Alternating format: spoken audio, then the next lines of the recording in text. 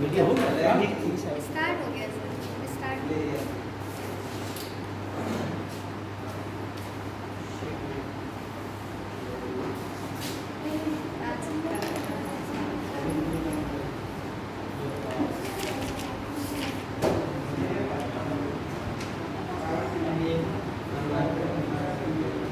देखो बच्चों, आज का जो टॉपिक है वो है फ्रांस की क्रांति, ठीक है नहीं? क्योंकि विश्व इतिहास में 3 क्रांतियां महत्वपूर्ण हैं। 3 क्या बल्कि एक फ्रांस की क्रांति और एक रूस की क्रांति, ठीक है नहीं? और अमेरिका का स्वतंत्रता संग्राम, ठीक है? जर्मनी और इटली का एकीकरण, प्रथम विश्व युद्ध और द्वितीय विश्व युद्ध, इसके बाद जो है शीत युद्ध। इतना बड़ हिस्ट्री के महत्वपूर्ण टॉपिक हैं और उसमें राष्ट्रसंघ और संयुक्त राष्ट्र संघ पढ़ना। इतनी चीज़ें पढ़ लीजिए तो आपकी बड़ हिस्ट्री मजबूत हो जाएगी। यहाँ से जहाँ कहीं भी, क्योंकि इसी के अंतर्गत जर्मनी पढ़ेंगे, प्रथम विश्व युद्ध द्वितीय विश्व युद्ध पढ़ेंगे, तो उस समय जो है तानाशाही हुई, मुसोलिनी और हिटलर जैसे, तो उनका उदय कैसे हुआ, क्या परिस्थितियाँ हुई, इन सब बातों का अध्ययन आपको प्रथम और द्वितीय विश्व युद्ध के बीच के कालखंड में मिल जाएगा। क्या परिस्थितियाँ थी कि प्रथम विश्व युद्ध हुआ और फिर ऐसी क्या परिस्थितियाँ बनी कि प्रथम विश्व युद्ध के आधार पर ही द्वितीय विश्व युद्ध लड़ा गया। ये सब जो है वर्ल्ड हिस्ट्री के महत्व टॉपिक। अमेरिका की क्रांति ने हमें लोकतंत्र की अवधारणा दी। अमेरिका की क्रांति ने एक लिखित संविधान का विधान दिया, ठीक है ना? इतनी बात अमेरिका के संविधान से, अमेरिका की क्रांति से प्राप्त हुई। अमेरिका की क्रांति से, क्योंकि अमेरिका की क्रांति का प्रमुख एक तो नारा ये था कि प्रतिनिधित्व नहीं तो कर नहीं। ये नारा था कौन सा? जब स्टाम्प ड्यूटी लगाई उन्होंने, स्टाम्प कर लगाया, तो वहाँ की जनता ने कहा कि भाई आपको क्या अधिकार, या हमारा ब्रिटेन की संसद में कोई प्रतिनिधि नहीं है और तुम अपने मन से कानून बना रहे हो और लाद हम पे रहे हो। जब तक हमारा वहाँ प्रतिनिधि नहीं तो कर काय किस चीज़ का दें, ठीक है नहीं? एक तो नारा ये प्रसिद्ध हुआ। दूसरी बात, अमेरिका के लोग जो है जनतंत्रवादी थे, लोकतंत्रवादी भावना के समर्थक थे कि जो कुछ भी हो जनता के हित के लिए। आप लोगों ने अनेक शब्द सुने होंगे भारत के संदर्भ में ही। एक शब्द है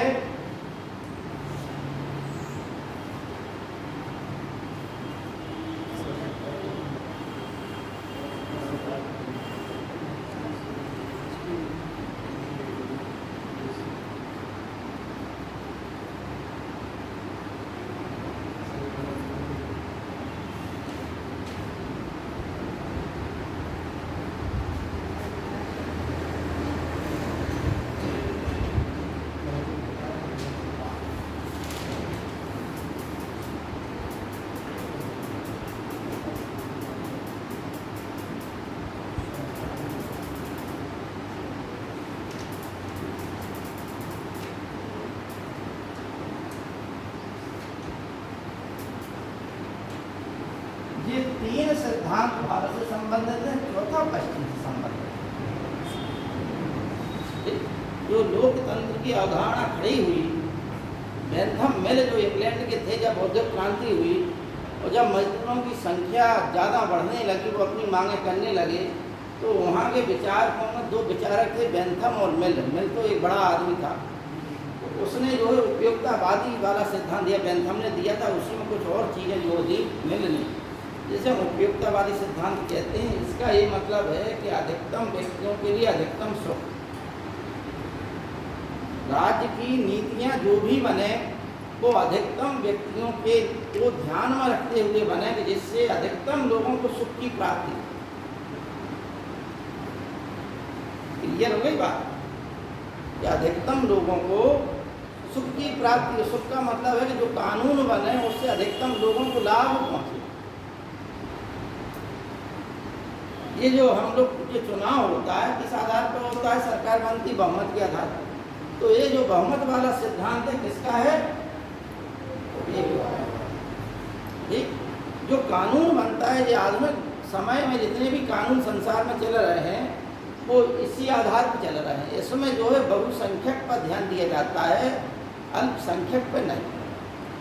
जो कानून बनते हैं वो बहुसंख्यक को ध्यान में रखकर बनाए जाते हैं। लेकिन अगर हम प्राचीन समय से हम भारतीय संदर्भ में ध्यान दें तो वैदिक काल से ही एक शब्द आया था, वसुधैव कुटुंबकम, यानी समस्त संसार को हम अपना एक कुटुंब समझें। समस्त संसार एक कुटुंब की भांति है, एक परिवार की भांति है, और हम उसके जिस प्रकार से एक परिवार के सुख और समृद्धि की संकल्पना कहते हैं, सोचते हैं, उसी प्रकार से हम सबको पूरे संसार को एक कुटुंब मान के चलना चाहिए और सबके सुख की कामना करना चाहिए। ठीक है ना? यानी इसमें क्या है? वसुधैव कुटुंबकम, यानी समस्त संसार हमारा कुटुंब है, यानी जितना भी है वो 100% सभी के लिए है, समस्त संसार समाहित हो। लेकिन उपयोगितावाद में कितना होगा? बहुमत। बहुमत कितने पे मिल जाता है? 51% और 49%। 51% और बहुमत हो गया, 49 में व्यक्ति हार गया। सिर्फ 51% में व्यक्ति विजेता हो जाता है। हो जाता है कि नहीं होता? अब भाई ये 49% वालों का क्या होगा? बुराई है। 49% को तो आपने लाभ दे दिया, लेकिन जो 49% है उनका क्या होगा? इसकी सबसे बड़ी बुराई। लेकिन वसुधैव कुटुंबकम क्या कह रहा? 100%। बौद्ध धर्म आया, महात्मा बुद्ध के काल में महात्मा बुद्ध ने जो दिया लोगों को वचन, वो था बहुजन हिताय बहुजन सुखाय। बहुजन का मतलब बहुत जनों के हित के लिए, बहुत जनों के सुख के लिए काम करना चाहिए। बहुजन हिताय बहुजन सुखाय।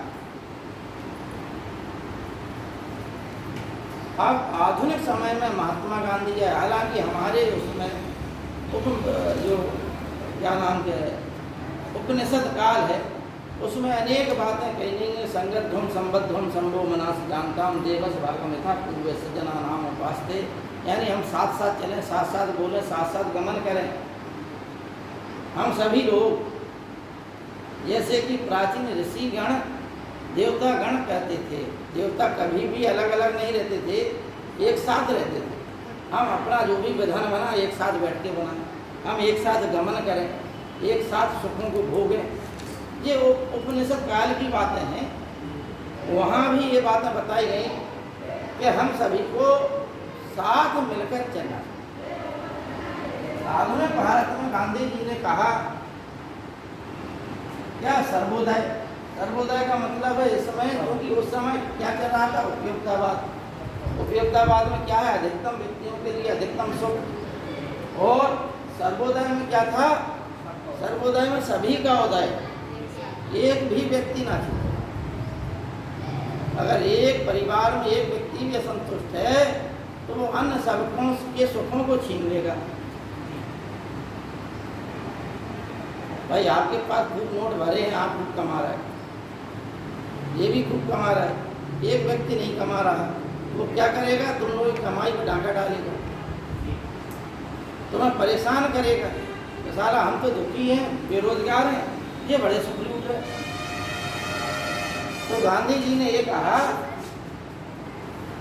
कि सभी का विकास हो, कोई भी सिंगल व्यक्ति ना छूटे। अतः गांधी जी के इन विचारों के आधार पर भारत में नीति निर्देशक तत्वों को समाहित किया। यदि किसी भी वर्ग का किसी भी प्रकार के हितों की अनदेखी हो रही है तो सरकार जो है, राज्य सरकार या केंद्र सरकार, उनके हितों के लिए कानून बना सकती है। ठीक है ना? यानी राज्य के कल्याणकारी सिद्धांत को हम क्या बोलते हैं? नीति निर्देशक। समाधान पढ़ाया आप लोगों ने, यही बात है। नीतिगत तत्व, इसलिए लिखे गए हमारे संविधान में राज्य के कल्याणकारी संकल्पना की अवधारणा को प्रतिपादित करते हैं या नीति निर्देशक तत्व, जो कहाँ के संविधान से लिए गए थे? आयरलैंड। वह इतनी बात समझ में आ गई आप लोगों को? अमेरिका की क्रांति ने, अमेरिका के स्वतंत्रता संग्राम ने जनता के मन में, पूरे संसार भर की जनता के मन में, देशों में ये प्रभाव डाल दिया कि वास्तव में वो प्रणाली अच्छी है, क्योंकि उस समय सभी जगह या तो शोषण वाली नीति चल रही थी, जैसे यूरोपीय देश अन्य देशों का शोषण कर रहे थे, अपना साम्राज्यवादी नीति चल रही थी, उपनिवेशवादी नीति चल रही थी। यहाँ पे दूसरी नीति क्या चल रही थी? यूरोप के देशों में, राजशाही चल रही थी। ये जब आप फ्रांसीसी क्रांति पढ़ेंगे तो आपको समझ में आ जाएगा कि फ्रांसीसी क्रांति क्यों, ठीक है ना?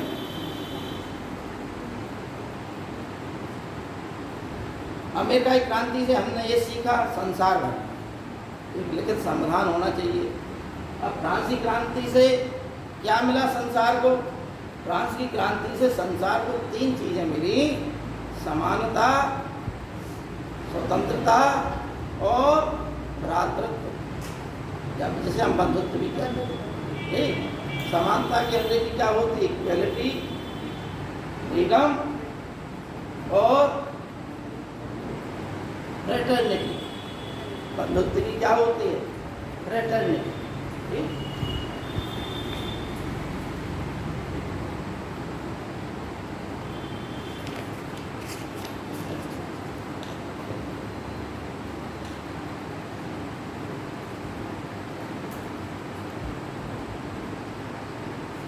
3 चीजें। अब सबसे बड़ी बात ये है कि देखो, क्रांति का सीधी सी बात है कि फ्रांस में एक बहुत पुरानी संस्था थी जिसका नाम था स्टेट जनरल। स्टेट जनरल जब फ्रांस आर्थिक बोझ से दब गया तो, और जो विशेषाधिकार वर्ग था उस वर्ग ने दबाव डाला, तो स्टेट जनरल की सभा बुलाई गई। उसके 3 सदन थे, एक उच्च सदन, एक मध्य सदन और एक निम्न सदन। उच्च सदन यानी पादरियों का, मध्य सदन सामंतों का और निम्न सदन जनसाधारण का। ठीक है, यानी 3, पूरा समाज जो है 3 वर्गों में विभाजित था।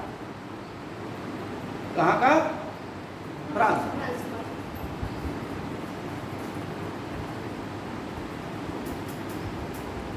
तो एक वर्ग जो है असंतुष्ट था।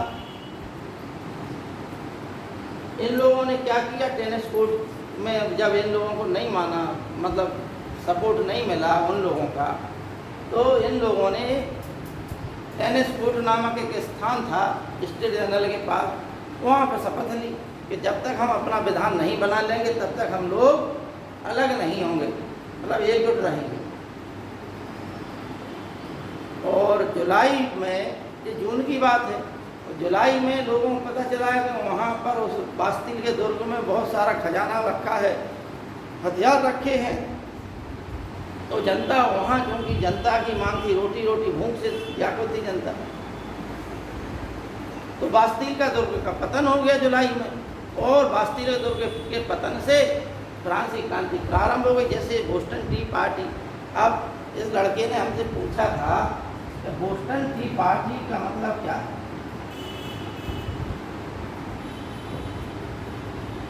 ठीक है, तो हमने बताया था कि 340 पेटियां थी चाय की, क्योंकि चाय पर टैक्स था, इंग्लैंड वालों ने टैक्स लगा रखा था।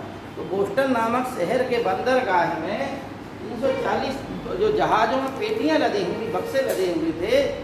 जनता ने, उग्र भीड़ ने, क्योंकि जनता की और पुलिस वालों की, जो अंग्रेजों की झड़प हो गई, जिसमें तमाम लोग मारे गए, तो जनता, और जो जनता की खबर पहुंची तो वो उग्र हो गई और उसने बंदरगाह पर हमला कर दिया और ये पेटियां जो है समुद्र में फेंक दी।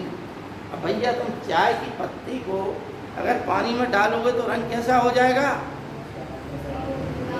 हो जाएगा। तो बस जो समुद्र का पानी कैसा हो गया, इसलिए इसका नाम पड़ गया बोस्टन टी पार्टी। ठीक, वहाँ चाय बनाई नहीं गई थी, लेकिन पेटियां फेंकती हैं, इसलिए उसका नाम क्या पड़ गया? Boston T party. इतना बात क्लियर हो गई। अब देखिए फ्रांस के में जो कारण थे, फ्रांस की क्रांति के कारण क्या थे, वो आप लोग समझिए। देखिए फ्रांस की, अच्छा इसमें दो तीन चीजें आप लोग समझ लीजिए कि फ्रांस में जो वंश था जिस समय एक क्रांति हुई, उस वंश का नाम क्या था? पूर्व वंश। इस वंश की स्थापना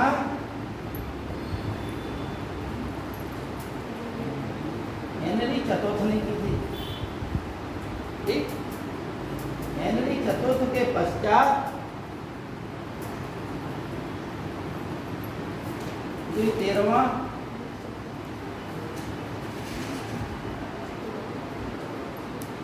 लुई 14वां, लुई 15वां और लुई 16वां। लुई 16वां के शासन काल में ही 1789 में फ्रांस की क्रांति हुई और लुई जो है 16वां, लुई 15वां का पुत्र था, पुत्र का पुत्र। ठीक है, जबकि लुई 14वां का पुत्र कौन था? लुई 15वां। और लुई 15वां जब गद्दी पर बैठा, उस समय इसकी मात्र 5 वर्ष की उम्र थी। बहुत लंबे समय तक इसने पर कार्य। अब क्या विशेषता है इनकी? क्या विशेषता है राजा? भाई इन्हीं राजाओं की कार्य पद्धति पर जनता संतुष्ट हुई और वहां पर विरोध। एक तो है कारण, ये राजनीतिक कारण में हो जाएंगे। ये सबसे बड़ा कारण था आर्थिक कारण।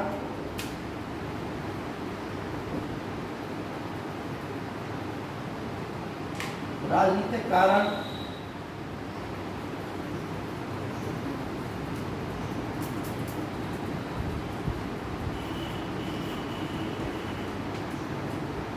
धार्मिक कारण,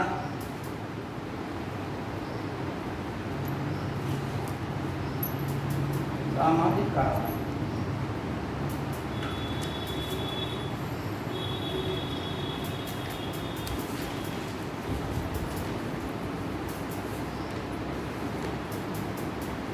इनमें जो लुई 14वां था, एक निरंकुश शासक था।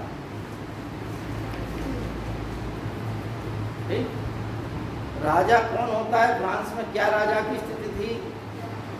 राजा ही कार्यपालिका था, राजा ही व्यवस्थापिका था और राजा ही न्यायपालिका था।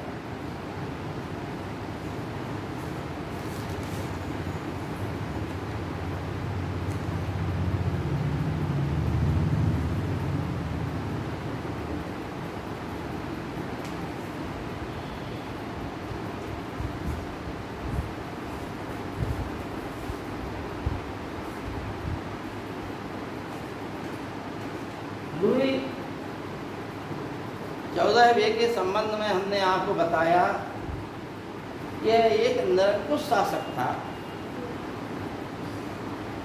इसी के समय अमेरिका का स्वतंत्रता संग्राम लड़ा गया। इसके समय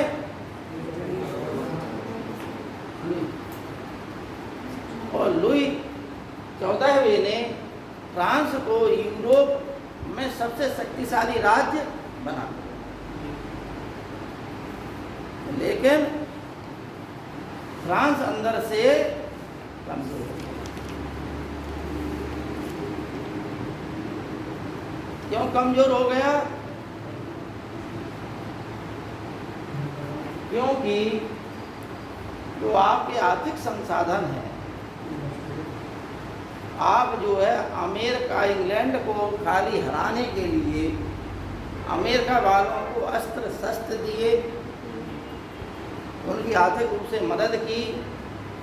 इसका परिणाम हुआ कि अमेरिका वाले तो जीत गए, लेकिन फ्रांस में स्थिति बिगड़ गई।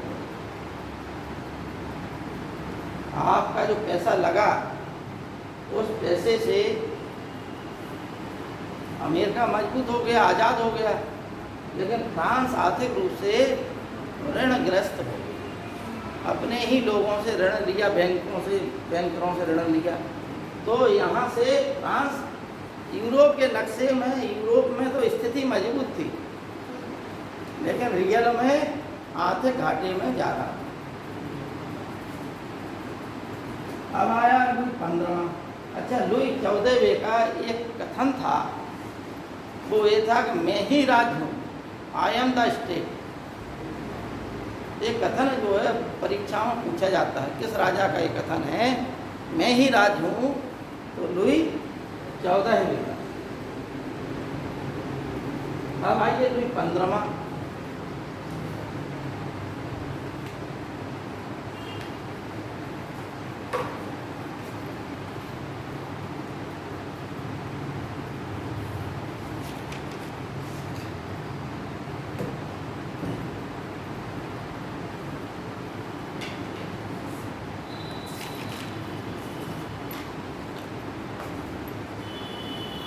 हमने बताया कि लुई 15वां 5 वर्ष की आयु में ही राजा बन गया, लेकिन छोटी उम्र थी, तो इसके लिए संरक्षक कमेटी थी।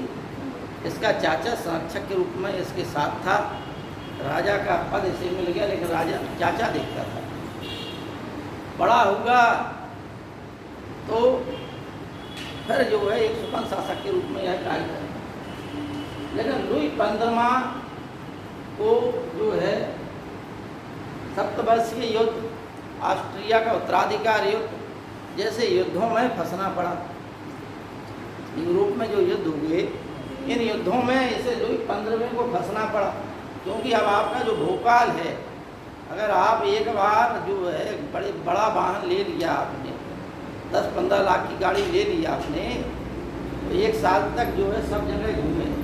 फिर आप जो है साइकिल से चलने लगे तो आपकी क्या है, सामाजिक प्रतिष्ठा गिरेगी। इसलिए जब एक बार भोपाल बन गया पूरे यूरोप में, अगर आपका जैसे ही पता चलेगा कि कमज़ोर है, तो अन्य देश क्या है, आक्रमण कर देंगे और आपको कमज़ोर बना देंगे। अंदर से आप कितनी कमज़ोर हो, बाहर से मेंटेनेंस बनाए रखो। तमाम लोगों को हमने देखा है कि अंदर से खोखले होते हैं आर्थिक रूप से, बाहर से बड़े मजबूत दिखाई देते हैं, है नहीं? और प्रॉपर्टी के नाम पे पूछो तो झंडम झंड 4400 है, कुछ नहीं। हाँ?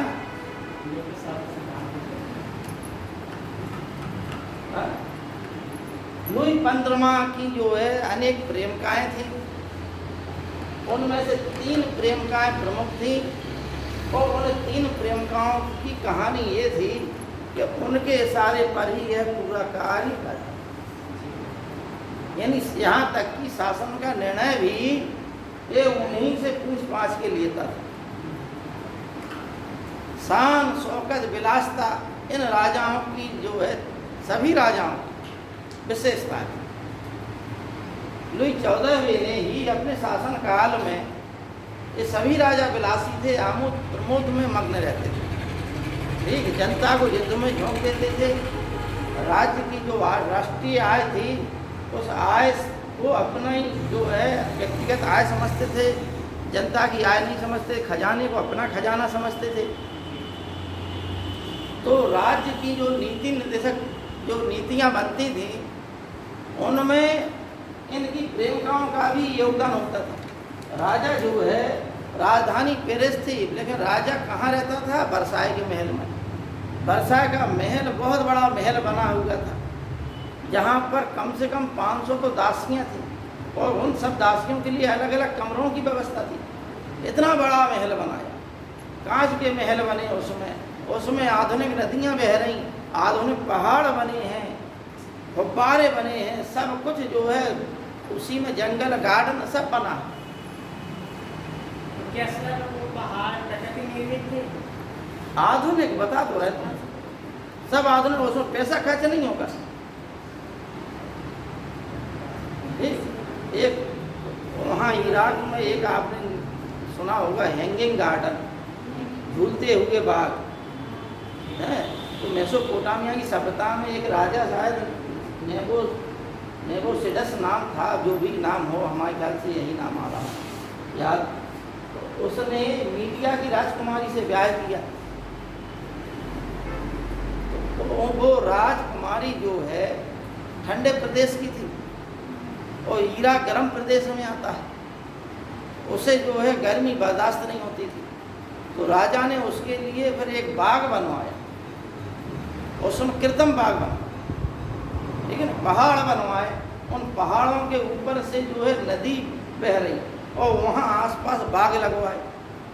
तो नदी ऊपर ही ऊपर से ऐसी आती जा रही, वहाँ वृक्ष ही वृक्ष लगे हैं। तो दूर से देखने पर ये लगेगा कि ये जो है क्या है, हैंगिंग गार्डन, झूलता हुआ बाग। और ये सब क्या है, कृत्रिम था, बनवाया था उस समय, ठीक है ना। जैसे मिस्र के पिरामिड वास्तव में मानव निर्मित है। आज के समय में टेक्नोलॉजी वो काम नहीं कर सकती, लेकिन यदि हम सोचें तो उनको बनाया कैसे गया। राजा ही भगवान होता है। जैसे रोम के राजा सब भगवान होते थे, उनके सामने ही उनकी पूजा होने लगती थी। जूलियस सीजर ने प्रथा प्रारंभ की थी, राजा की मूर्ति मंदिर में स्थापित कर दी जाती थी और उसकी पूजा होने लगती थी।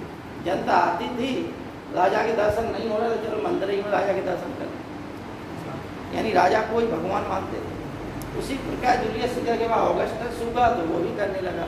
और जूलियस सीजर ने कहाँ से ली थी प्रेरणा? जूलियस सीजर ने प्रेरणा ली थी मिस्र से,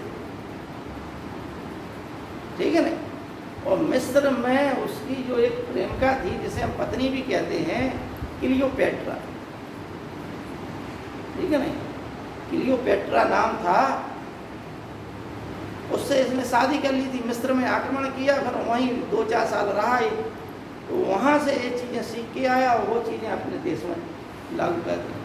क्योंकि मिस्र के जो फराव राजा थे, वो राजा क्या कहते थे, फराव राजा अपने टाइम पे वहाँ की जनता उन्हें भगवान मानती थी। वही पुरोहित होते थे, मुख्य धर्माधिकारी वही राजा होते थे और वही भगवान होते थे जनता के लिए।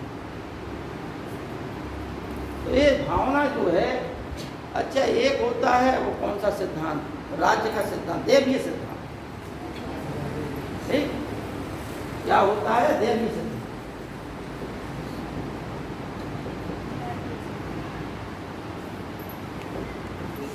डिवाइन थ्योरी, देवीय सिद्धांत का मतलब है कि राजा ही भगवान, ठीक।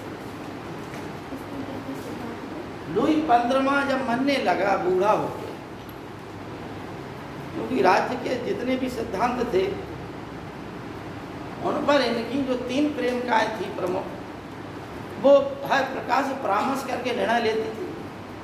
यहाँ तक कि जो विदेशी लोग आते थे, जो राजदूत लोग आते थे, वो राजा से मिलने की अपेक्षा इन्हीं प्रेमिकाओं से मिलकर निर्णय करा लेते थे, ठीक है ना। ये स्थिति थी। शान शौकत में कोई कमी नहीं थी, विलासता में पैसा खर्च होता था राजकोष का। अब जब आपकी आय जो है 100 रुपये है, खर्चा 200 रुपये है, क्या होगा? आप कहीं ना कहीं से कर्जा लेंगे तो आप ऋणग्रस्त हो जाएंगे, भूकाल में कमी ना हो, ठीक है ना। भाई बाहर से हम बढ़िया दिखते रहें, अब लोगों को क्या पता कि हम कितना कर्ज लिए होंगे। हमारे यहाँ एक पंडित जी थे, उनका काम था कि बस सुबह से खाना खाए पिए अपना और बैठ गए चबूतरे पर, शाम को फिर खाए फिर बैठ गए चबूतरे पर, ना कोई ज़िंदगी में कोई काम नहीं। बहुत बड़ा मकान, 40 बीघा के ऊपर खेती, अच्छी खेती है हमारे यहाँ, अच्छी खेती, ठीक है, अच्छी उत्पादकता है जिला जालौन में। अब उन्होंने, उनका एक लड़का खाली, 3 लड़की थी, शादी कर दी अच्छे घरों में, एक लड़का था, लड़के की भी शादी हो गई। अब यहाँ से उनके दुर्दन शुरू हो गए। क्यों हो गए? क्योंकि बैठ के खाने की आदत थी। उनके जो सामने थे उनकी पत्नियां एक थी, उनके 3 लड़के, बड़ी गरीब स्थिति, 5 बीघा खेती, खाली गल्ला पानी पिताजी दे दें उनके, और उसी से काम चले। लेकिन समय का चक्र बदला, तीनों लड़कों की नौकरियां लग गई। अब चूँकि गरीबी भोग रहे थे, पढ़ते रहे, जैसे तैसे पढ़ते रहे, अपना ऊपर वाली कृपा हुई, नौकरी लगी। तीनों ने जो है नौकरी वाली लड़कियों से शादी कर ली, ठीक है ना। अब पिताजी भी जो है, उनके जो दुर्दन चल रहे थे, पिताजी भी उनके बीटीसी कभी किए हुए थे, तो उनकी भी नौकरी लग गई। इसके बाद जो है उन लड़कों की भी लग गई। खंडहर नुमा मकान था उनका, एकाएक ये सब हो गया 4-5 साल में, कायाकल्प हो गया सब। गांव में सबसे ज़्यादा वेतन प्राप्त करने वाला घर बन गया। उन्होंने पूरा मकान तोड़वा के अच्छा नया मकान बनवा लिया, गाड़ी वाहन ले ली अपना। अब उनके पास चूँकि आय का स्रोत था, उन्होंने ले लिया। लेकिन अब सामने वाले पे क्या गुजरे, क्योंकि उनकी जो है माताएं आपस में क्या थी, बहनें, तो वो अकेला एक लड़का था, 40 बीघा खेती, लेकिन उसके मन में क्या, कौन सी भावना जागृत हुई, कंपटीशन। अब कम हमने आप लोगों को बताया कि आदत आप अच्छी भी डालें, आदत आप बुरी भी डालें। बुरी आदत आपको बर्बाद कर डालेगी। उसने खेती को गिरवी रखा, खेती से ऋण लिया, नई गाड़ी, अब नई गाड़ी से हो क्या रहा, कौन सी आय बढ़ रही, ठीक है नहीं। ट्रैक्टर लिया, खेती का अनुभव नहीं था, गाड़ी बिक गई, ट्रैक्टर बिक गया। अब जो ऋण लिया था वो ऋणकार ऊपर चढ़े हुए हैं, कौड़ियों के दाम, खेती बिक गई। अब क्या बचा, पूरी खेती बिक गई। अब क्या बचा, मकान अकेला बचा। अब उनके भी जिन्होंने बेचा, जिस लड़के ने, हमारी उम्र का लड़का है, उसके भी एक लड़का और एक बिटिया बड़ी हो गई। तो उन्होंने कहा अब क्या किया जाए, ये सब बर्बादी होती जा रही, तब तक बिटिया बड़ी हो गई। अब उन्होंने खेती तो बची नहीं कुछ, मकान था बड़ा, मकान भी बेच लिया बिटिया के ब्याह से पहले, बहुत बड़ा मकान, उसमें कम से कम 2-3 मकान बने, इतना बड़ा मकान भी कर्ज लेके बनवाया। कंपटीशन था उनसे सामने वाला। भोकाल में कमी नहीं होना चाहिए, ठीक है ना भाई। अंदर से हम चाहे टूट जाए, लेकिन भोकाल में कमी ना हो। है कहा जाता है कि भाई एक चौधरी की मूँछों में तेल जो है चमेली का लगेगा, हैं, चाहे वो कर्ज लेके लगे। तो अब जो मकान उन्होंने कर्ज लेके बनवाया था, बिटिया का ब्याह किया 15 लाख रुपए में, वो मकान भी बेच दिया। आज किराए से रह रहे, घर भर गांव से उजड़ के बाहर चले गए, काय के चक्कर में, खाली भोपाल के चक्कर में। बिल्कुल एक कहानी जो है कहाँ के, फ्रांस के राजाओं पर लागू, बिल्कुल सेम। तो भोकाल में कमी ना हो, शान शौकत में कमी ना हो। पैसा सुख और ऐश्वर्य के लिए पैसे को पानी की तरह बहाए। इसकी जो पत्नी थी मेरी एंटवानेट, लुई 16 में, क्या नाम था,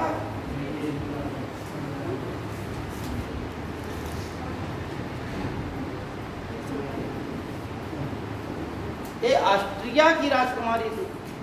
फ्रांस की जनता इसे विदेशी कहते थे, क्योंकि हमने बताया कि लुई 15वें के शासन काल में उसके ऊपर किसका प्रभाव रहा, उसकी प्रेमिकाओं का। और लुई 16वें के शासन काल में सबसे ज़्यादा प्रभाव उसकी पत्नी मेरी एंटवानेट का रहा। ये समझदार व्यक्ति था, सब कुछ था। जब इसे गद्दी प्राप्त हुई, ये पुत्र था इसका, जब गद्दी प्राप्त हुई तो जिसने अपने मरने से पहले अपने पौत्र को सलाह दी थी कि तुम युद्धों में नहीं पड़ना, क्योंकि युद्धों से फ्रांस की स्थिति खराब हो गई। और जब वृद्धावस्था आती तो पापी से पापी आदमी जो सद्गुणी हो जाता है नहीं, अच्छे सद्गुणों जैसी बातें करने लगता है। क्योंकि उसने जो किया, जैसे औरंगजेब मरने लगा, खूब वर्षों तक शासन किया, मुगल काल में सबसे ज़्यादा शासन किया। लेकिन जब औरंगजेब मरने लगा तो अपने पुत्र, चूँकि इतना कठोर शासक था कि उसके पुत्र ही उसके पास नहीं आते थे। बलवान और औरंगजेब दोनों कठोर शासक थे। बलवान तो इतना था कठोर कि उसके पुत्र की मृत्यु का समाचार भरे दरबार में आया, फिर भी वो एक राजा की तरह बिल्कुल चेहरे पे कोई चिन्ह नहीं लाया, उदासी के, रोने के, बिल्कुल राजकाज करता रहा। एकांत में गया, कूद कूद के रोया, कहा जनता ना देख ले, ठीक है नहीं। और उसके लड़के, जब बलवान भी मरने लगा तो उसने अपने लड़के को, बुगरा खां को, जो बंगाल में था, वहाँ से बुलवाया। बुगरा खां डर के मारे नहीं पहुँचे, तो उसने बुगरा खां के लड़के केकूबाद को शासक बना दिया था, घोषित कर दिया था। ठीक इसी प्रकार से औरंगजेब का भी हाल। जब औरंगजेब मरने लगा तो औरंगजेब की नीतियाँ इतनी गलत थीं कि उसने अपने पुत्रों को पत्र लिखे। 4 पुत्र थे जीवित उस समय, उसके पत्र लिखे उसने औरंगजेब ने। उन पत्रों में लिखा है, वो आज भी उपलब्ध हैं पत्र, इतिहास की किताबों में लिखा हुआ है कि मैं जो है अब वृद्ध हो चुका हूँ, अल्लाह के पास जाने वाला हूँ, पता नहीं कब अल्लाह हमें बुला ले, लेकिन हम आप लोगों को एक सलाह देते हैं मेरे बच्चों कि हमने अपनी प्रजा के साथ कोई अच्छा कार्य नहीं किया, इसलिए तुम लोग जब राजा बनो, बादशाह बनो, तो अपनी प्रजा के साथ अच्छे कार्य करो। यानी ये बात ये प्रमाणित करती है कि उसके मन में, औरंगजेब के मन में अंदर से टीस होगी, पूरे जीवन भर का सारांश होगा कि उसने प्रजा के साथ वास्तव में कुछ गलत किया। तब तो अपने पुत्रों को सलाह दे रहा है प्रजा की, ये प्रजा के साथ अच्छा काम करो, ठीक। जबकि औरंगजेब के शासन काल में सबसे ज़्यादा अधिकारी जो मनसबदार थे वो हिंदू ही थे, ठीक है नहीं।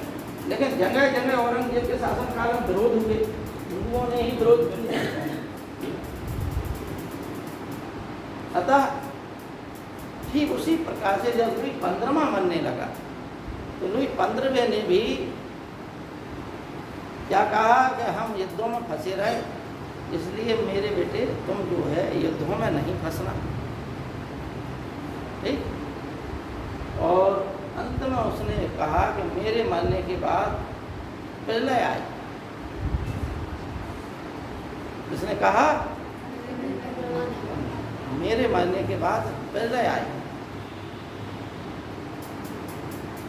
उसके साथ काल में प्रलय आई, राज्य गया, क्रांति हुई। वो क्यों समझ गया ये बातें? क्योंकि 5 वर्ष की उम्र में राजा बन गया था। फ्रांस की स्थिति बहुत बुरी हो गई थी अंदर से, करोड़ों रुपए का कर्ज जो है राजा के ऊपर चढ़ गया था और राजा अपनी शान शौकत से नीचे नहीं उतर रहा था। ऐसी परिस्थितियों में जब इसे गद्दी मिली तो इसे राजा और वो राजकीय कार्यों का कोई अनुभव नहीं था। तो इसने कहा कि ऐसा लग रहा है कि सारे संसार का बोझ हमारे सर पर आ गया। इसने कहा इसे ताला बनाने का, शिकार खेलने का बड़ा शौक था लुई 16वें को। इसकी पत्नी जो है मैरी एंटवानेट बेहद ही खूबसूरत थी, लेकिन लुई 16वां विवेकवान तो था, लेकिन इसकी पत्नी जिद्दी थी। निर्णय विवेक से लेता था, लेकिन पत्नी को जो है, जो सामंत लोग थे वो भड़का देते थे और सामंतों के हिसाब से पत्नी निर्णय बदलवा देती थी। फ्रांस में हमने बताया कि 3 वर्ग थे, जिन्हें प्रथम एस्टेट, द्वितीय एस्टेट और तृतीय एस्टेट कहते थे। प्रथम स्टेट में कौन थे? पादरी लोग। द्वितीय स्टेट में कौन थे? सामंत लोग। तीसरे स्टेट में कौन थे? जनसाधारण। जनसाधारण में कौन कौन आ जाते? मध्यम वर्ग, शिल्पकार और मजदूर और कृषक, 3 लोग आ जाते।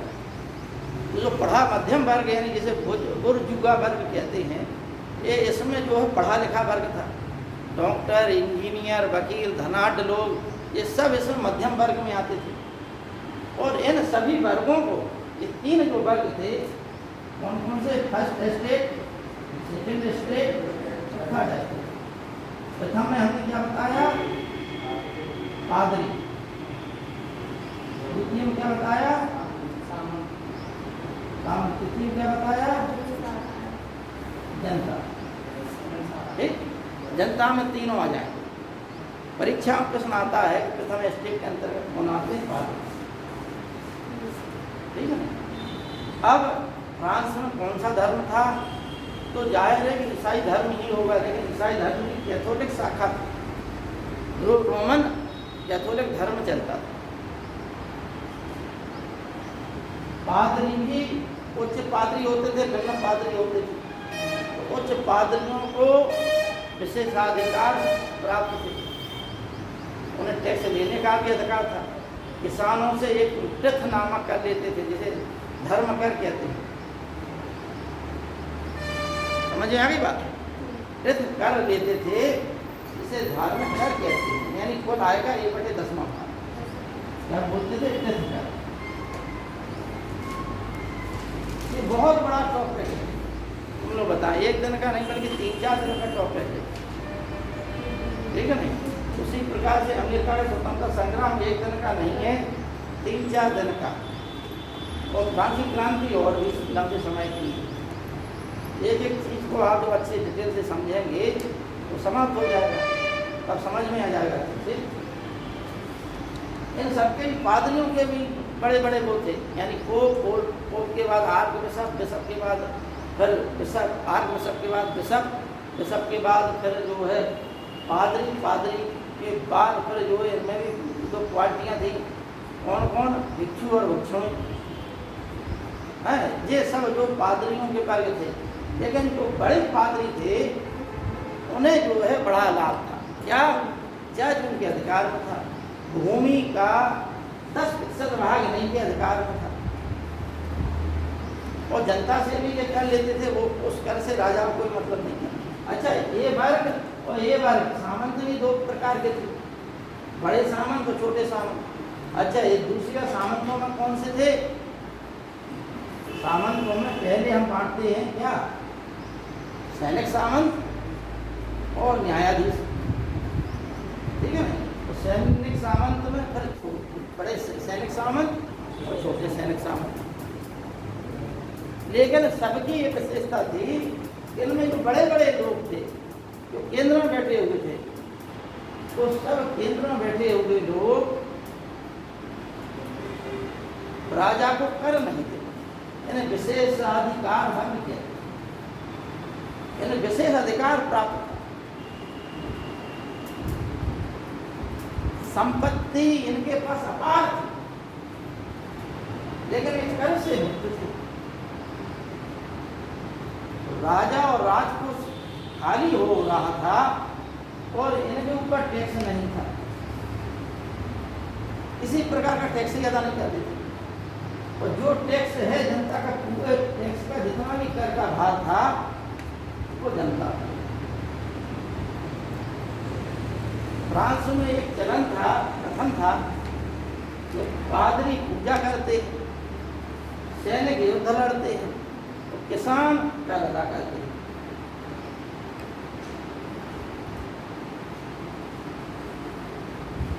ये 3 वर्ग थे। ये 2 वर्ग रानी मैरी एंटोनेट को जब भी कोई समस्या आती थी, राजा इनके ऊपर टैक्स लगाने का प्रयास करता था। अभी हम आर्थिक कारण बताएंगे कि जब राजा को एक परामर्श दिया गया कि भाई राज्य जो है घाटे में जा रहा है, मैरी एंटोनेट भी बहुत ज़्यादा फिजूल खर्ची थी, हर साल कम से कम 500 दीपक खरीदती थी। काय के लिए? महल में जलवाने के लिए, जलाने के लिए। और एक दीपक सिर्फ एक ही बार उपयोग होता था। बाद में उन दीपकों को उसी की जो दास दासियां थी वो लोग मार्केट में बेच देते थे, और उससे उन्हें कम से कम एक बार 500 दीपकों की कीमत जो है 15 लाख फ्रांस की मुद्रा के बराबर। यानी एक ही दास दासी को अगर एक ही ने पूरे बेच दिए तो 15 लाख के आसपास उसे मिल जाता था। यानी इतना खर्च, 15 लाख के आसपास खर्च तो मेरी अंतों दीप के ही पर खर्च करती।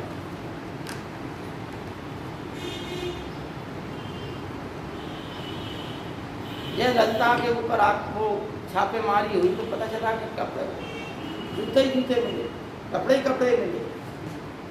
एक कमरे में जूते ही जूते पड़े हुए थे, जूतियाँ पड़े हुए थे, जहाँ तमिलनाडु के मुख्यमंत्री ने। तो वही शौक इनका भी था मेरी एक बार उपयोग करती थी, बस बकाया दोबारा करना नहीं। ठीक, यानी विलासता इस हद तक थी कि हमारे शौक में कमी ना हो, चाहे राजकोष खत्म हो जाए। और स्थिति यही आ गई कि राजकोष पूरा साफ हो गया है। राजा ने इस बात को समझा तो उसने एक योग्य अर्थ मंत्री था जिसका नाम था तुर्जो, उसको नियुक्त किया। तुर्जो ने आकलन लगाया कि राजकोष तो खत्म ही है पूरा। अब अगर राजकोष भरना है तो जाहिर है किसानों पे जो अकेला कर है, यदि ये विशेषाधिकार वर्गों पर भी कर लगा दिया जाए तो आय प्राप्त होने लगेगी। वो सब पर एक समान कर लगाया जाए, जितनी संपत्ति उस पर उतनी। ठीक है ना भाई, आपके पास 1 करोड़ है तो आपको 1 करोड़ का 10% देना है, किसी के पास 1 लाख है तो उसको भी 10% देना है। तो इससे ये है कि जो 1 करोड़ वाला है उसको आपका से ज़्यादा प्राप्त होगा भाई, 10 ही 10% से जिसके पास जितनी ज़्यादा मुद्रा होगी वो उतना ज़्यादा टैक्स देगा, तो राजकोष भरने लगेगा। लेकिन ये सभी जो सामंत लोग थे, ये रानी मेरी अंतवानी से मिले तो राजा को रानी ने इतना बाध्य कर दिया तो उसने जो योग्य मंत्री था तुर्जो, क्या नाम था? तुर्जो।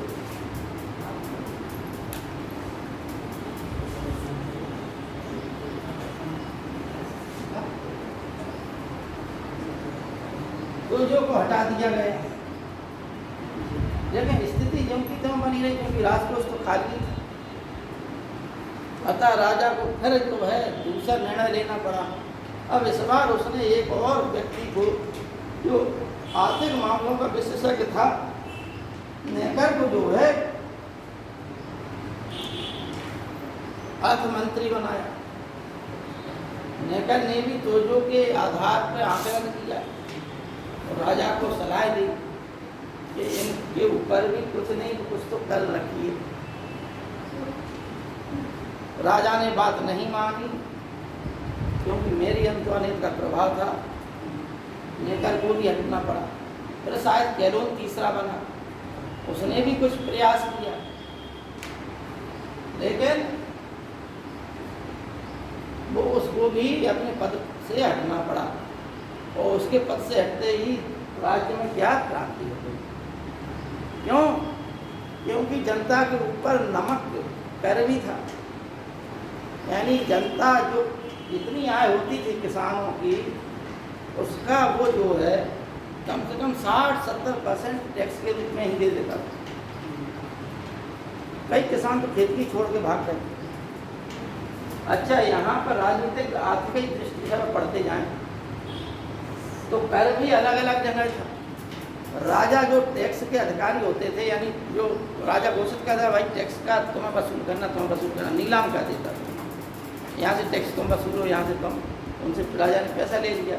वो लोग जो है जनता से अलग प्रकार से टैक्स वसूलते थे।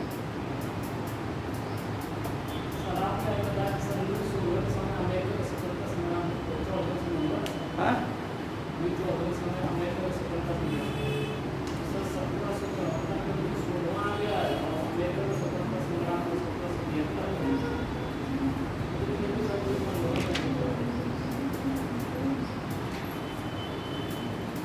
क्रांति कितने में हुई? अमेरिका का स्वतंत्र संग्राम कब हुआ?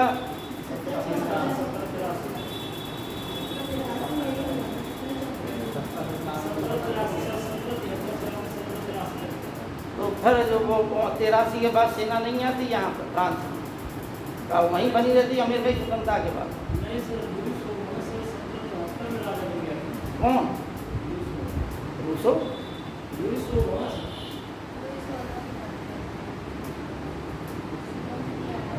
हमें बात समझ में नहीं आ रही, क्या कह रहे हैं? मतलब ये कह रहा है सर कि लुई 16वां जो है 1774 में राजा बना है। तो राजा वो कितने भी समय भले, इससे हमें क्या मतलब? हम तो क्रांति की बात कर रहे हैं भाई, हम तो ये सन बताए नहीं इनके।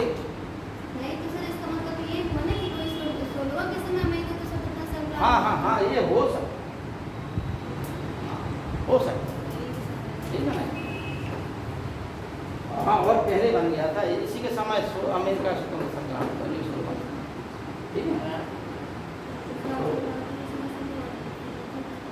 ये जो है हमने बताया कि 15वें के समय में ऑस्ट्रेलिया का युद्ध हुआ और सप्तवर्षीय युद्ध हुआ, ठीक है ना। लुई 16वें के समय अमेरिका का हुआ, लेकिन 1789 में फ्रांसी क्रांति हुई। तो आर्थिक दृष्टि से हम ये बात कर रहे थे कि अनेक कर ऐसे थे जो लगाए जाते थे। अच्छा, करीब करीब 13 प्रांत थे। कहाँ? फ्रांस में। वो 13 प्रांत जो है अलग अलग व्यवस्था में थे, एक दूसरे से किसी का संबंध नहीं था। वहाँ अगर एक प्रांत में कोई कर लग रहा तो दूसरे प्रांत में वो कर मुक्त है। पहले प्रांत में जिस कार्य के लिए यहाँ सजा दी जा रही, दूसरे प्रांत में उस कार्य के लिए कोई दंड नहीं। इस प्रकार की कानून व्यवस्था भी थी वहाँ, यानी कोई समानता का सिद्धांत नहीं था। 13 प्रांत अलग अलग सब अपने अपने कानून व्यवस्था और टैक्स व्यवस्था में लगे हुए थे, किसानों के शोषण में, जनता के शोषण।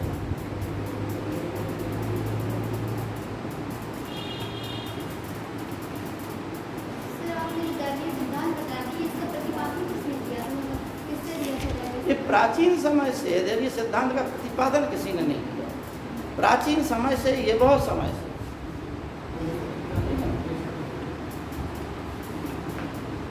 तो आखिर कारण समझ में आ गए आप लोगों को, है नहीं? राजनीतिक कारण भी समझ में आ गया कि राजनीति में इनका प्रभाव था। जो 13 इकाइयाँ थी, उन 13 इकाइयों में अलग अलग कानून व्यवस्थाएं थी। एक प्रांत में कोई कानून था तो दूसरे प्रांत में उससे संबंधित कोई कानून ही नहीं था। एक प्रांत में किसी कार्य के लिए मृत्यु दंड भी था तो दूसरे प्रांत में उसी कार्य के लिए कोई दंड ही का विधान नहीं। धार्मिक कारण हमने बताया, पादरियों का बोलबाला था, कैथोलिक धर्म था, ह्यूगोनॉट्स भी थे यहाँ पर, कुछ ईसाई ह्यूगोनॉट्स भी थे, जिनके ऊपर हेनरी चतुर्थ ने भी जो है सताया, और अन्य राजाओं ने भी उन्हें सताया, क्योंकि उनका उद्देश्य था कि ह्यूगोनॉट्स जो है कैथोलिक बन जाए, क्योंकि फ्रांस पर रोम के पादरी का, पोप का प्रभाव था। वे उन्हीं के अनुसार चलते थे।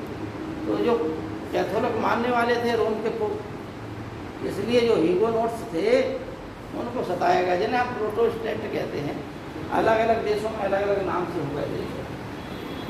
धार्मिक कारण हो गए। सामाजिक कारण में बताया कि जनता का हमने बता ही दिया है, ठीक। जनता का पूर्ण रूप से शोषण होता था हर प्रकार से, जनता बहुत दुखी थी। अब देखिए बौद्धिक कारण। बौद्धिक कारण में 2-3 लोगों के नाम आपने सुने होंगे।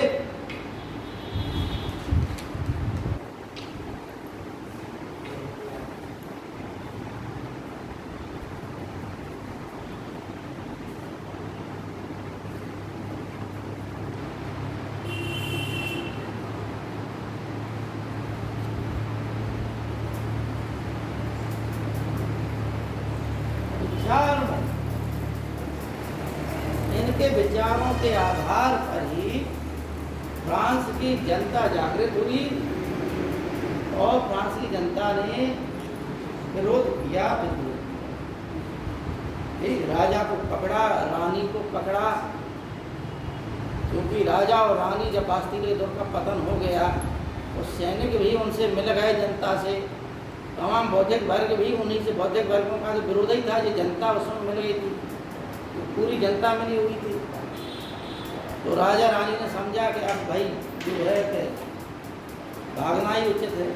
भागने का प्लान बना रहे थे तो इनको जो पकड़ लिया गया, किसी ने देख लिया और अंत में इनको ऊपर राजद्रोह का मुकदमा चलाकर फांसी पर चढ़ा दिया।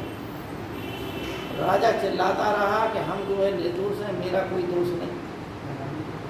हालांकि राजा निर्दोष था, लेकिन उस समय के जो मध्यम वर्ग के जो नेता थे वो अपने आप को सत्ता में लाना चाहते थे, इसीलिए उन्होंने राजा की राजशाही खत्म कर दी। इन 4 लोगों के प्रभाव बड़े में डिडरो ने एनसाइक्लोपीडिया लिखी, जिसमें वॉल्टेयर के भी प्रभाव। एनसाइक्लोपीडिया का मतलब विश्वकोश, ठीक है ना। एनसाइक्लोपीडिया का मतलब क्या होता है? विश्वकोश, ठीक है ना।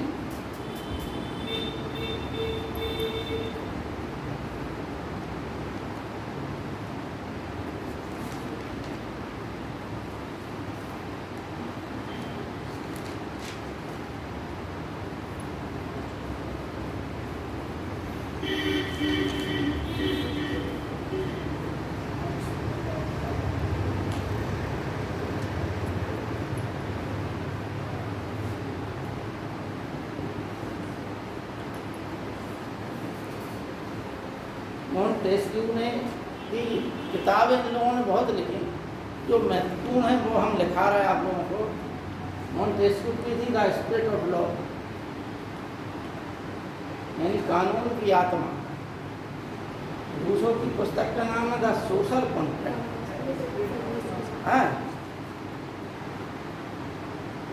इसकी ये किताब का नाम भी MI है, EMI, 4-5 किताबें इन दोनों की हैं अलग अलग, ये ज़्यादा महत्वपूर्ण, ठीक है। वॉल्टेयर के विचार हैं, विचारों को लिखा गया, पुस्तक का हमें ध्यान नहीं आ रहा, ठीक है ना। लेकिन वॉल्टेयर का क्या है? वॉल्टेयर कथन है ज़्यादा महत्वपूर्ण। जैसे वॉल्टेयर का एक कथन है कि 100 चूहों की अपेक्षा एक शेर से दोस्ती करना ज़्यादा श्रेष्ठ कर। समान पंखों वाली चिड़ियाएँ एक साथ उड़ा करती हैं। ऐसे और भी अनेक कथन हैं जो वॉल्टेयर के, ठीक है नहीं। वॉल्टेयर का कथन था कि 100 चूहों वाला, ठीक है नहीं। अब देखिए ये दोनों लोग हो गए, इन लोगों ने विचार ही दिए, लेकिन ये दोनों नीचे के 2 लोगों ने ये विचारों से क्रांति, सबसे ज़्यादा रूसी क्रांति में, फ्रांस की क्रांति में सबसे बड़ा योगदान किसका है? ठीक। मोंटेस्क्यू का क्या महत्व है? मोंटेस्क्यू का ये महत्व है कि मोंटेस्क्यू ने स्पिरिट ऑफ लॉ में ये बताया, ये तमाम देशों में भ्रमण किया, पढ़ा लिखा था, करीब 20 वर्ष तक न्यायाधिकारी के पद पर कार्य किया। उस समय फ्रांस में पदों को बेचा जाता था, ठीक है ना। तो इसमें इसने लिखा, बाद में देखा इंग्लैंड की व्यवस्था से प्रभावित था, तो यहाँ आके उसने अनेक किताबें लिखी और इस किताब में उसने ये लिखा कि शक्ति का यदि पृथकीकरण कर दिया जाए तो जनता को सुख मिले। अगर एक ही व्यक्ति के हाथ में पूर्ण शक्ति रहेगी तो व्यक्ति उस शक्ति का दुरुपयोग करने लगेगा। उस शक्ति का यदि पृथकीकरण कर दिया जाए तो वो जनता के लिए ज़्यादा हितकर होता है। इसलिए मोंटेस्क्यू ने ही ये सिद्धांत दिया कि एक कार्यपालिका होना चाहिए एक व्यवस्थापिका होना चाहिए और एक न्यायपालिका होना चाहिए। ये तीनों स्वतंत्र इकाइयाँ होना चाहिए, ठीक है नहीं, और इन पर किसी प्रकार का बाहरी दबाव नहीं होना चाहिए। और राजा पर ये तीनों चीज़ें, राजा का विरोधी नहीं था, लेकिन राजा की निरंकुशता का विरोध किया जाए। इसलिए क्या, शक्ति के पृथकीकरण का सिद्धांत, क्योंकि जो भी राजा राजशाही के खिलाफ बोलता था, चाहे बाल्टियन हो या दिदरो, इन सबको कारागार की सजा झेलनी पड़ी, सब कारागार में डाल दिए जाते। अब आइए रूसो। तो रूसो का जन्म जो है जेनेवा में हुआ।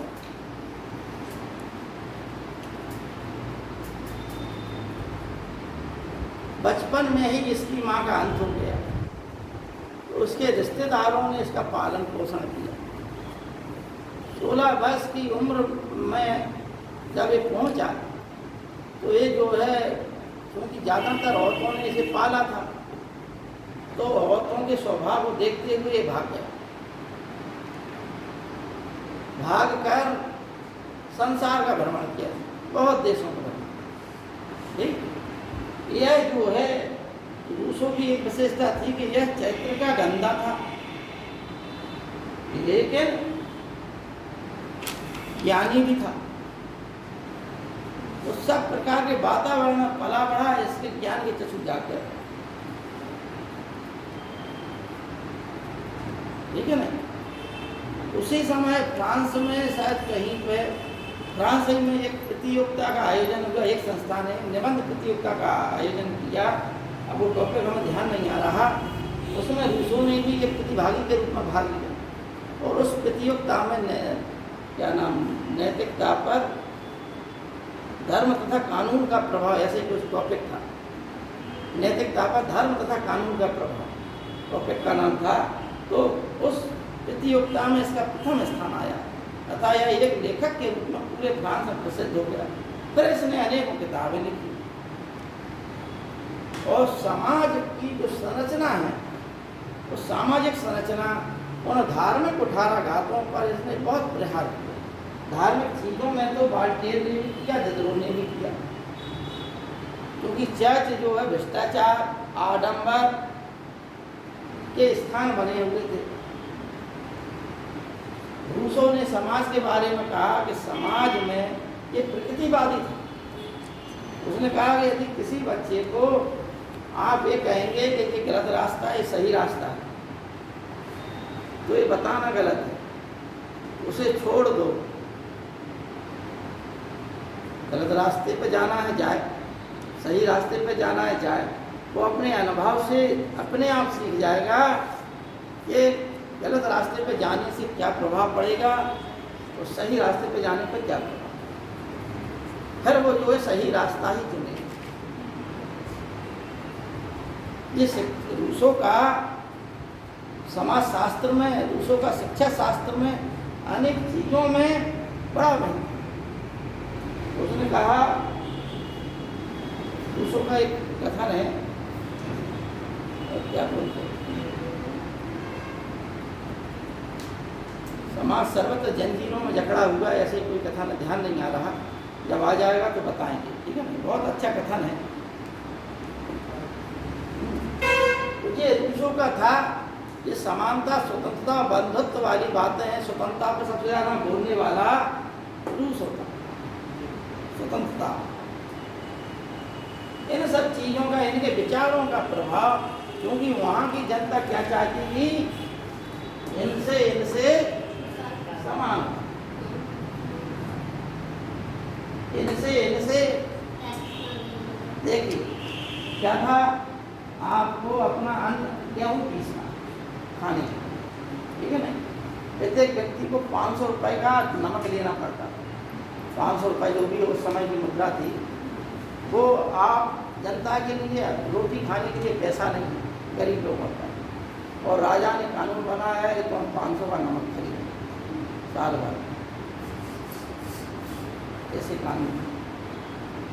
जनता को, किसानों को क्या था कि तुम अपने घर में गेहूँ नहीं पीस सकते, तुम अपने घर में जो शराब के लिए क्या बनता है, वो एक मशीन होती है कूटने वाली, वो भी तुम अपने घर में नहीं बना सकते। इन्हें सबके लिए तुम्हें कहाँ जाना पड़ेगा? सामंत के लिए। सामंत तुमसे कैसे? यानी हर प्रकार से किसानों का शोषण, ठीक है नहीं? तो जनता क्या चाहती थी? जनता का सीधा सा उद्देश्य था कि इनके विशेषाधिकार समाप्त करने और पूरे देश में सभी लोग समान हों, सभी लोगों को स्वतंत्रता मिले, सभी लोग भाईचारे से। अंत में जब फ्रांस की आर्थिक स्थिति खराब हो गई, ये सब चीजें हो गई, कारण हो विद्यमान हो गए, तब राजा ने स्टेट जनरल की सभा बनाई मई या जून माह में ज़्यादा घटनाएं घटी। स्टेट जनरल में प्रथम सदन, द्वितीय सदन और तृतीय सदन ये अपने जो है बात मनवाना चाहते थे, इनकी बात नहीं सुनना चाहते थे। इनका ये कहना था कि कर जो है सब पे लगे, ठीक है ना? ये अपने विशेषाधिकार छोड़ा, ये अपने विशेषाधिकार नहीं छोड़ना चाहिए। कहते थे तो हमसे छोटे हो, तुम लोगों को इतना नहीं है, हमें ज़्यादा अधिकार नहीं है। ये दोनों लोग भाग गए। राजा ने क्या किया? स्टेट जनरल में ताला लगवा दिया। ये बेचारे भाग कर कहाँ आए? ये किसी सदन के बगल में टेनिस कोर्ट था, वहाँ पर आए और वहाँ पर इन्होंने सौगंध खाई कि हम जो है तब तक अलग नहीं होंगे जब तक कि हम अपना एक विधान, अपना एक संविधान नहीं बनाए। ठीक? आगे कुछ छिटपुट घटनाएं हुई। जनता ने जो गरीब वर्ग था उसने जो है रोटी की मांग की। जब लोगों को पता चला, क्योंकि जनता रोड पे आ गई थी, राजा रानी के लिए मोदाबाद के नारे लगा रही थी, तब जनता को पता चला कि बास्ती के दुर्ग में बहुत बड़ा खजाना रखा है, जबकि वहाँ 5 कैदी थे और शायद 16-17 के आसपास सैनिक थे, तो कुछ अस्त्र शस्त्र थे उसमें, लेकिन किसी ने अफवाह फैला दी। तो जो जनता का समूह जो रोड पर फिर रहा था वो उस बास्ती दुर्ग की ओर चला गया और वहाँ जो सैनिक थे उन्होंने 2-4 लोगों को मार दिया। इससे जनता और भड़काऊ हो गई। उसने कहा आप तो इन्हीं को मार दो, अब हजारों की भीड़ जो है तुम कब तक गोलियां बरसाओगे? जनता ने उन पुलिस वालों को पकड़ा और मार दिया। जो बेचारे 5 कैदी थे उन्हें आज़ाद करा दिया, ठीक है नहीं? और आज़ाद कराने के साथ अपने साथ मिला लिया, जो हथियार थे उनको ले लिया। जब ये खबर और जगह फैली तो जो और असंतुष्ट थे वो भी मिल गए। अच्छा, जो छोटे पादरी थे और जो छोटे सामंत थे उन्हें कोई अधिकार प्राप्त नहीं थे, वो लोग भी मिल गए, जिससे अधिकार उन्हें प्राप्त ही नहीं थे। ये सब लोग मिल गए तो फ्रांस का कम से कम 80% जनता इकट्ठी हो गई। राजा भागने लगा तो राजा को पकड़ दिया गया और देशद्रोह का मुकदमा चलाकर गिलोटिन पर चढ़ा दिया। अब एक शब्द हमने बोला, क्या गिलोटिन? ये शब्द सुना है? हैं? हैं? हाँ, क्या है?